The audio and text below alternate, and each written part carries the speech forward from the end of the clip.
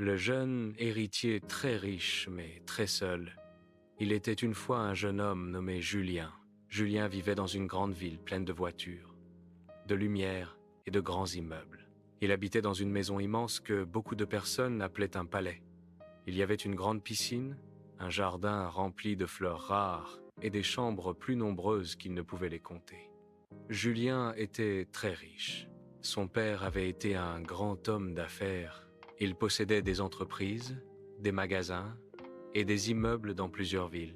Quand son père mourut, Julien devint l'héritier de toute cette richesse. Il n'avait que 22 ans. Tout le monde disait qu'il avait de la chance. Mais Julien ne se sentait pas heureux. Chaque jour, il voyait beaucoup de personnes autour de lui. Des employés, des partenaires, des invités, tous lui parlaient avec respect. Tous lui souriaient. Mais quelque chose le dérangeait. Il avait l'impression que ses sourires n'étaient pas vrais. Quand il offrait des cadeaux, les gens restaient près de lui. Quand il payait des repas, il avait beaucoup d'amis. Mais dès qu'il parlait de choses simples, comme ses peurs ou sa solitude, les conversations devenaient courtes.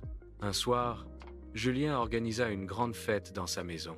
La musique était forte, les lumières étaient belles, la nourriture était abondante. Beaucoup de personnes vinrent, tout le monde riait, tout le monde dansait. Mais Julien se sentait encore plus seul. Il regarda les invités et se posa une question importante. Est-ce qu'il m'aime vraiment?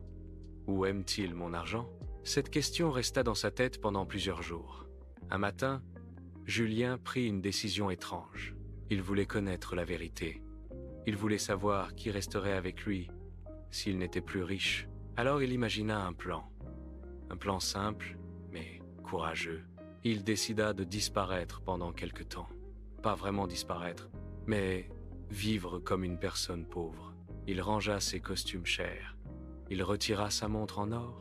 Il mit des vêtements simples et un peu usés. Puis il quitta sa grande maison sans dire à personne qui il était vraiment. Julien allait commencer une nouvelle vie. Une vie pour trouver un ami sincère.